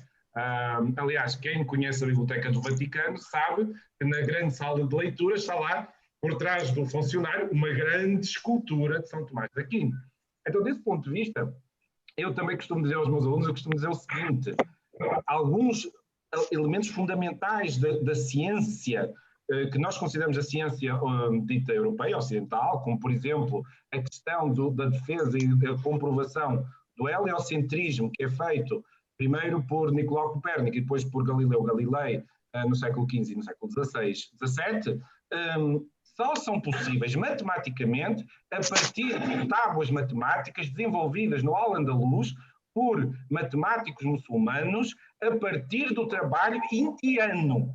Ou seja, ciência da Índia, ciência da Grécia Clássica, conjugam-se num intelectual do Al-Andalus muçulmano para se poder permitir mais tarde outro tipo de trabalho. Então, é impossível pensar, eu fico sempre fascinado quando ouço falar do mundo islâmico, ainda mais quando tenho a possibilidade de nós temos aqui duas pessoas que são nomes muito conhecidos, o professor Murilo, antes de mais nada, que é um grande especialista, e a professora Patrícia, que trabalhou o Islão no século XIX e XX. Então, deste ponto de vista, eu acho que nós hoje tivemos uma oportunidade de ouro para refletir sobre questões que são também questões que não são só culturais, que não são só científicas, que elas vão a domínios humanos muito profundos. E é interessante este percurso que o professor... Eu peço perdão, Murilo, porque no final a gente já tinha pouco tempo, porque uma parte daquela parte humana ficou por falar, mas ela é fundamental, porque a história também é a história do ser humano, de pessoas, de indivíduos, de sujeitos. Mesmo que às vezes números de 800 mil, de 1 milhão, às vezes começam a diminuir a dimensão humana, a diluir, parece que o conjunto desumaniza, não é? Mas isso é fundamental para nós percebermos e para irmos naquilo que é o tema deste mini-curso, que é as questões de cidadania, de justiça e de direito. E esta questão, nomeadamente o direito dos migrantes, é o tema do dia no mundo hoje. Na última década, cada vez de uma maneira mais importante todos os dias. E então, para não perdermos mais tempo, vamos passar às questões. Eu peço, por favor, à Priscila, se houver, ou que é a Priscila ou a Rayane que vão projetar as questões. Alô? É a Rayane. Obrigado, Rayane. Vamos então apresentar as questões. Primeira questão. Era perguntar pela Vitória Jiménez se o Murilo poderia passar os nomes por escrito. Eu penso que é o Averroes. Ela colocava a questão do Averroes e dos pintores, quando o Murilo falou sobre os quadros. Depois, se o Murilo puder escrever os nomes talvez seja uma forma mais simples de responder a esta questão. Segunda questão é, diz assim, na pintura 1 de Santa Catarina, o livro pode ser interpretado como o Sagrado Alcorão, tendo em vista que os muçulmanos são conhecidos naquelas regiões como o povo do livro? Pergunta o Cristiano Anjos. Quer responder, professor? Por ele? Desculpa, eu estava escrevendo o nome aqui. Sim. O livro pode ser interpretado como o Sagrado Alcorão, tendo em vista que os muçulmanos são conhecidos como o povo do livro? No caso da biografia da... Obrigado pela pergunta, Cristiano. No caso da biografia da biografia da Santa Catarina, né?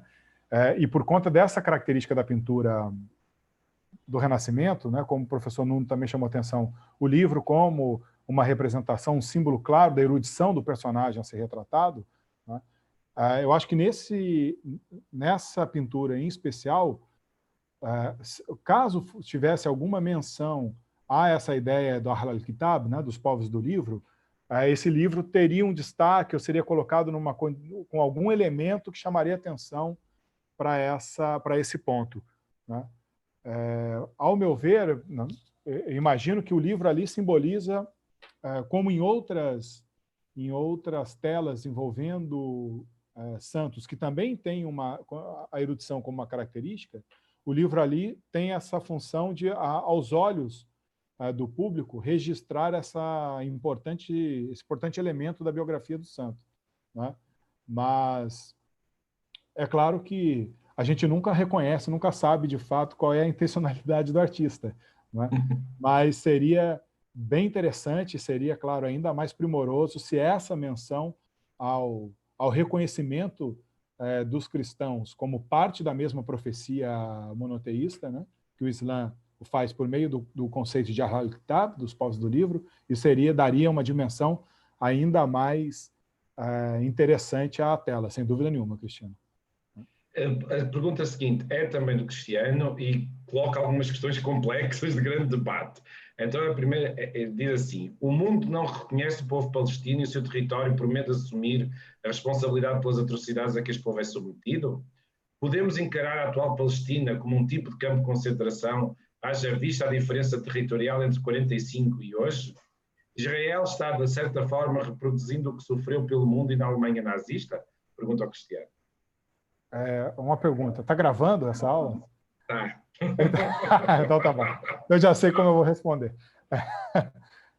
Bom, veja. O mundo... A questão do não reconhecimento é uma questão fundamental, né? Porque não reconhecer a soberania de um Estado nacional é, sem dúvida nenhuma, não permitir que, do ponto de vista internacional, nas instâncias do fórum de discussão da política internacional, a Palestina não tem o mesmo peso que os demais países. Eu me recordo, há pouco tempo, né, num discurso em que a nossa presidenta Dilma abriu a Assembleia da ONU, ela saudava o Sudão do Sul, se não me engano, como o mais recente integrante das Nações Unidas, e chamava atenção para o fato de que a Palestina, até hoje, não é oficialmente reconhecida como um Estado nacional pela Assembleia Geral das Nações Unidas, né? Então, isso, evidentemente, não permite à Palestina participar dos principais fóruns de atuação da segurança internacional, né? Como, por exemplo, os postos rotativos do Conselho de Segurança das Nações Unidas e vários outros órgãos que permitiria à Palestina uma voz em relação aos problemas humanitários que o seu território sofre até hoje, não é? Então, eu não posso dizer que há um medo de assumir a responsabilidade, mas há, no mínimo, uma conivência, né, internacional em não assumir, de fato, as atrocidades que, em especial, na região da faixa de Gaza, os palestinos vivem até hoje. O acesso à água potável é dramático, né? Nós estamos falando, como eu disse na apresentação, da região mais densamente povoada do mundo, é uma pequena faixa de terra, com uma população muito maior do que a sua estrutura comporta, tem condições mínimas de dignidade, como, né, rede de esgoto, coisas básicas de sobrevivência, né? Um acesso ao mar fechado, enfim, né, dependendo sempre de algum grau de ajuda internacional, que é sempre muito insuficiente, né? Então, claro, que há uma conivência internacional e uma responsabilidade compartilhada, tanto pelas organizações intergovernamentais, que não tomam uma postura, inclusive os países árabes, é preciso dizer, né? Muitas vezes os países árabes tomam a questão palestina como parte da sua bandeira de política externa, mas, né, tiram dos palestinos o protagonismo sobre a sua própria condição política. Isso também é um problema, né? E, evidentemente, as atrocidades aumentam, porque, claro, a crise humanitária, uma vez que não é sanada, ela só ganha dimensão cada vez maior. Como eu disse, com a recorrência de governos de extrema-direita no parlamento israelense, né, na política israelense, né, ignora-se qualquer possibilidade de acordo ou de negociação que seja com os palestinos e com suas organizações. Isso, evidentemente, é um elemento que dá ainda mais o ar de catástrofe a essa situação, né? Então, acho que a comparação com o que os judeus sofreram na Alemanha nazista é uma comparação perigosa, porque afeta, evidentemente, elementos da própria dignidade dos judeus que sofreram o Holocausto, né? E que o Holocausto é um elemento da violência contemporânea muito, muito marcante, né? Eu acho que não se ganha com a comparação, mas, assim como no caso do Holocausto, se ganha com a denúncia da questão palestina, ou com a ideia de que a gente viveu, há um livro clássico do Bauman, que vai discutir essa questão, né, Modernidade e Holocausto, que é primoroso, porque vai dizer, né, a gente viveu a perspectiva de que depois do Holocausto nazista, novas situações de genocídio ou de atrocidade humanitária seriam evitadas no mundo, e o que a gente assiste, na verdade, é que, como um braço da modernidade, ainda existe a possibilidade de novos genocídios e de novas ações dessa natureza. Eu acho que o Holocausto nazista ele tem excepcionalidades, ele tem um elemento próprio da sua dramaticidade e do horror que ele produziu, que, se nós estabelecemos comparações, pode afetar ambos os cenários, né?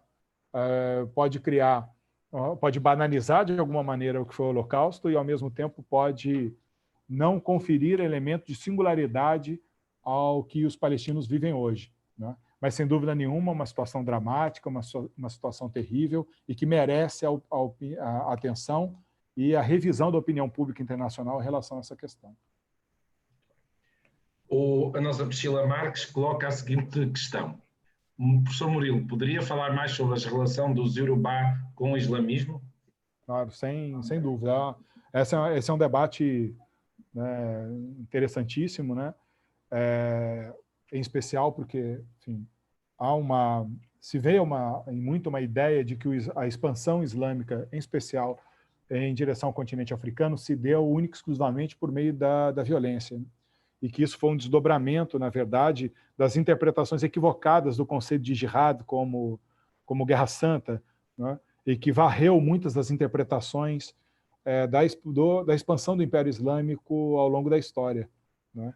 E o que, na verdade, a gente tem é essa ideia de que, assim como todas as experiências de expansão, o Islã na África não foi diferente, porque ele foi marcado em muito por esta relação entre conflito, claro, mas também negociação, e que se expressa na África Ocidental pela possibilidade, em alguns momentos, de não apenas de tolerância e de sobrevivência de princípios islâmicos com as religiões de tradição iorubá, mas também de integração, como é o caso do reconhecimento da origem muçulmana de alguns orixás dentro dessa tradição, como eu trouxe para vocês com o Dudu e Xangô em especial, né? Há hoje uma série de trabalhos liderado em especial por antropólogos ingleses que vão discutir essa relação, que em determinados momentos é uma relação de tensão, sim,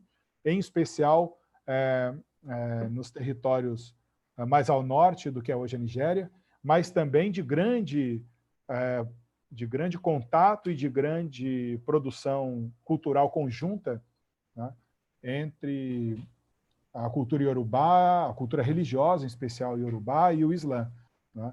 Haja vista, por exemplo, que há trabalhos que vão discutir essa relação, que vão, por exemplo,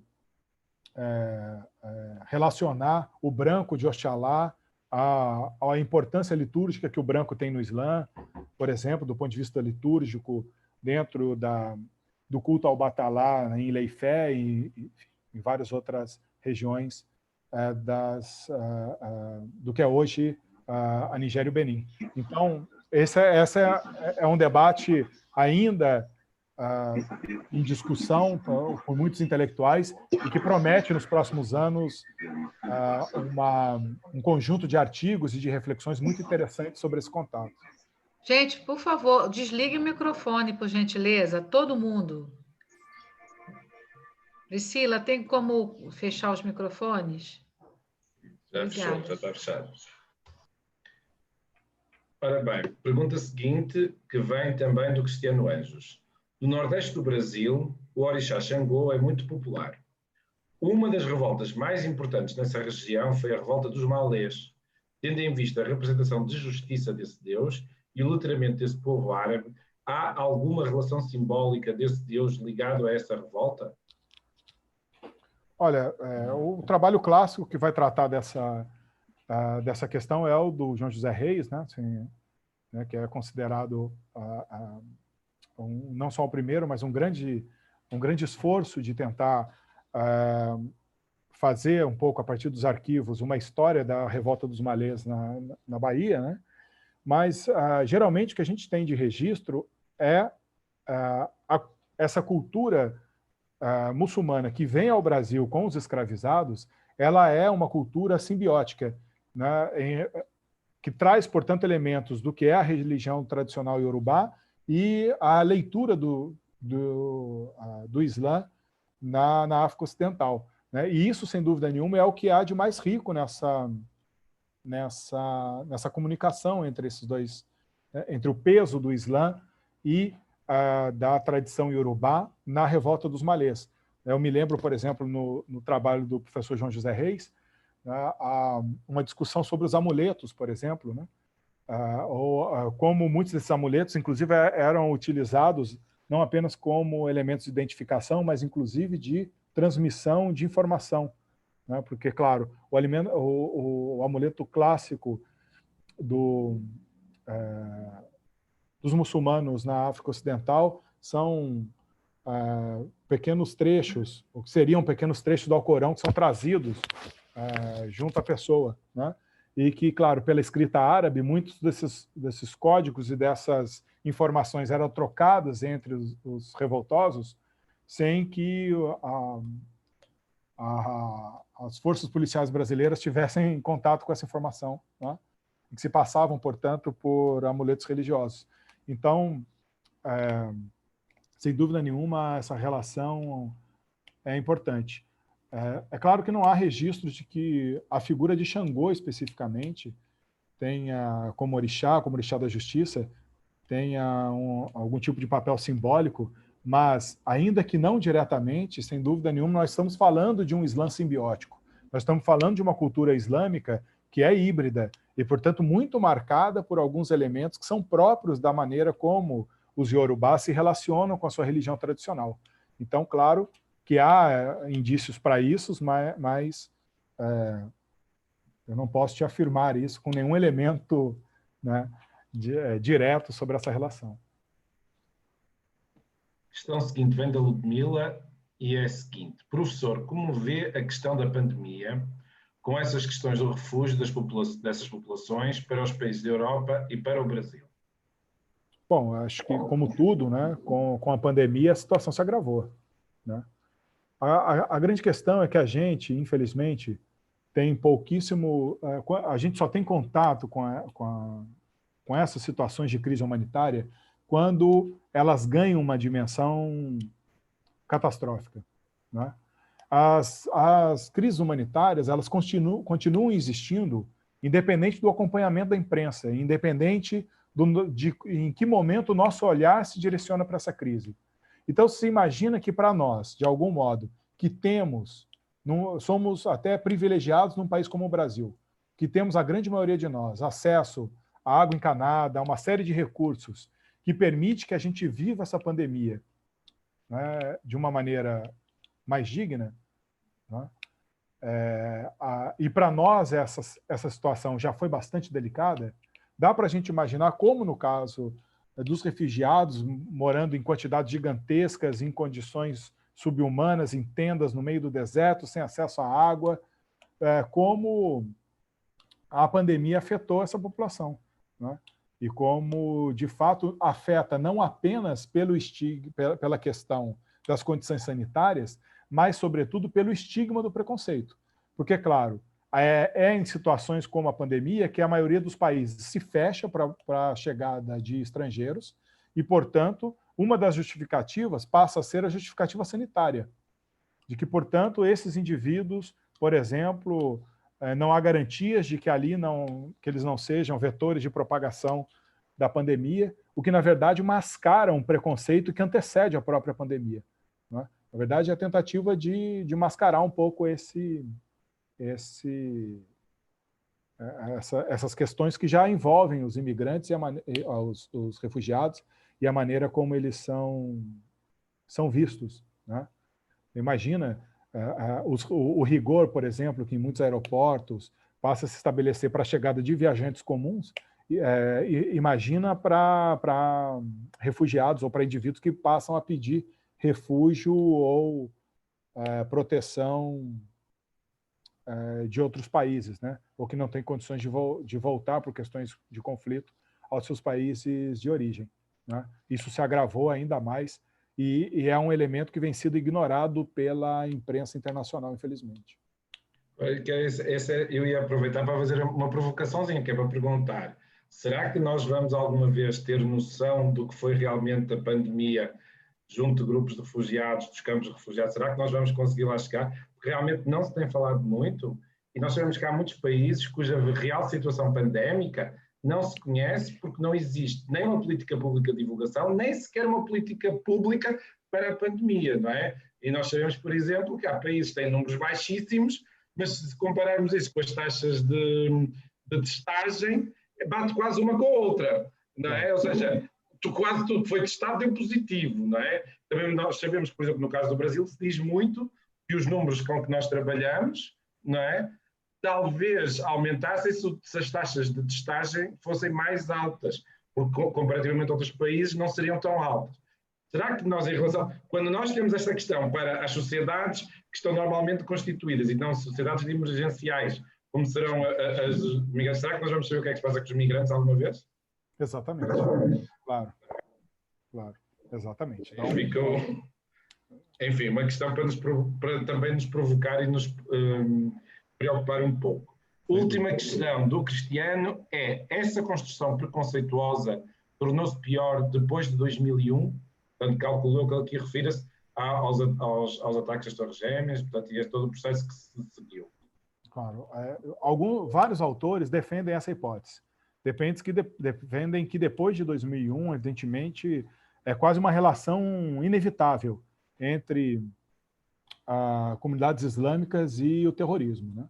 Uma vez que o terrorismo se transformou num elemento quase que inegociável da agenda política internacional, né?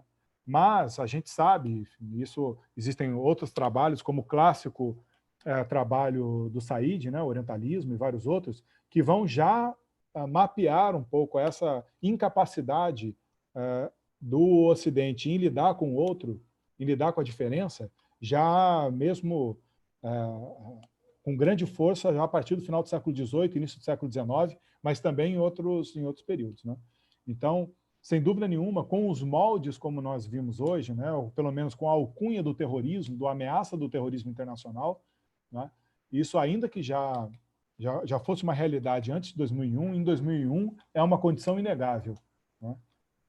Agora, já há elementos anteriores, existem elementos anteriores que vão já reforçar o aspecto de que a ameaça islâmica é algo a ser combatido mesmo antes do 11 de setembro.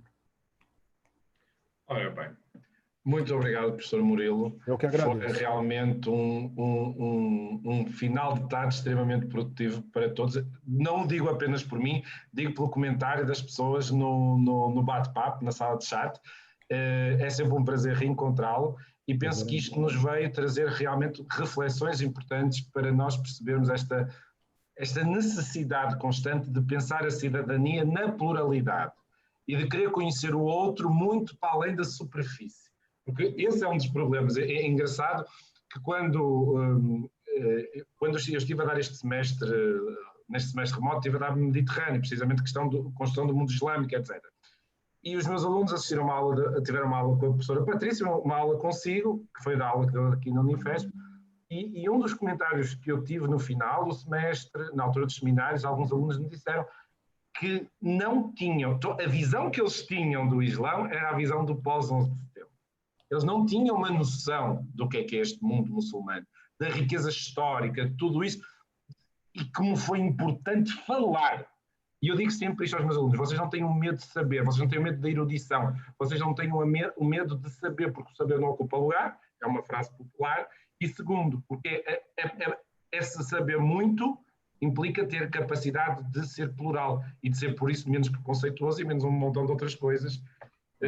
Portanto, muito obrigado pela sua aula e passo a palavra à professora Patrícia para ela fazer o encerramento desta sessão. Sim. Bom, primeiramente, agradecer imensamente ao Murilo a generosidade do professor Murilo, né, de um erudito, de um pesquisador, de um docente, que compartilha o saber, que participa desses projetos de divulgação, né, da científica, né, Murilo? Minicursos e palestras são uma grande oportunidade de mostrar um pouco do nosso trabalho, de contribuir tanto, e a gente tem tanta necessidade de nos ouvirmos também, e de compartilharmos em redes mais amplas, né? A gente tem percebido, mais recentemente, até por conta da pandemia, que velhos problemas estão ganhando uma dimensão mais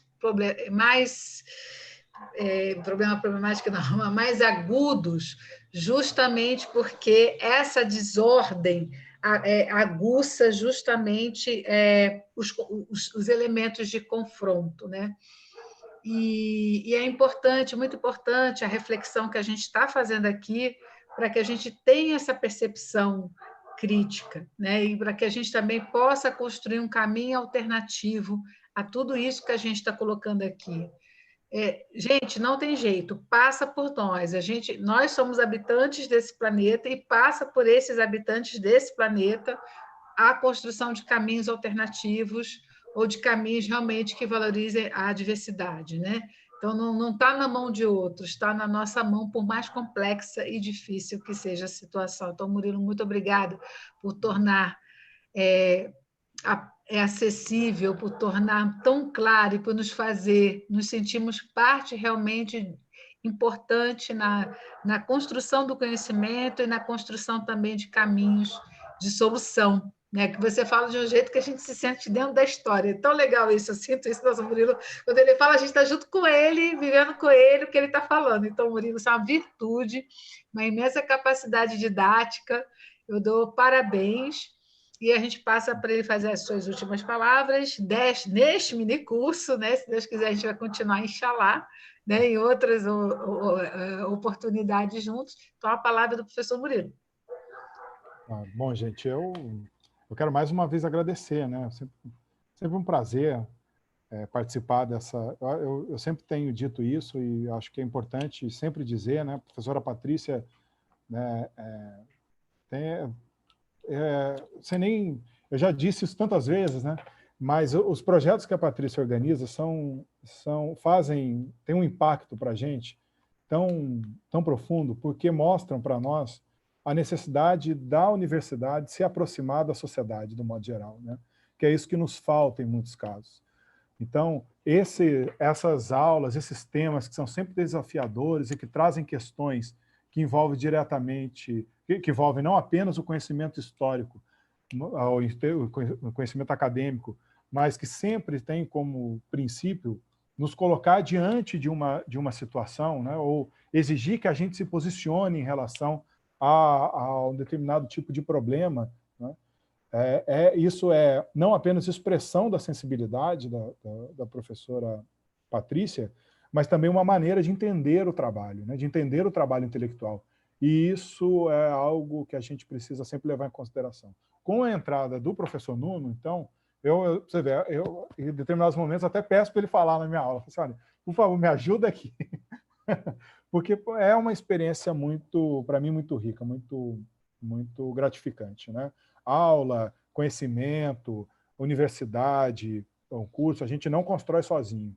Acabou, portanto, o momento que a gente entende o trabalho do intelectual como aquele que fica preso ao seu gabinete e que dedica a sua vida única e exclusivamente ao detalhe do detalhe, né? A gente precisa, evidentemente, fazer com que aquilo que seja dito e que o tempo daquele que se dispõe a estar com a gente seja um tempo compartilhado a partir não apenas daquilo que se fala e que se escuta, mas compartilhado a partir daquilo que se sente ao discutir uma questão específica. Então, eu quero agradecer muito, né, à professora Patrícia, ao professor Nuno, né, à Priscila Marques, ao Pedro, que sempre estão acompanhando, a todos que ficaram até agora, aos que tiveram que sair também, mas enfim, aos que acompanharam o curso do modo geral. Foi um grande prazer e muito obrigado por mais essa oportunidade. Muito obrigado, professor Murilo. Bem, então a todos, uma boa tarde, uma continuação, ou melhor, uma boa noite, não é? Porque já anoiteceu, e encontramos-nos de hoje a 8 dias, na próxima terça-feira, para a última sessão deste nosso mini-curso, com o professor Alex Magalhães, da UFRJ.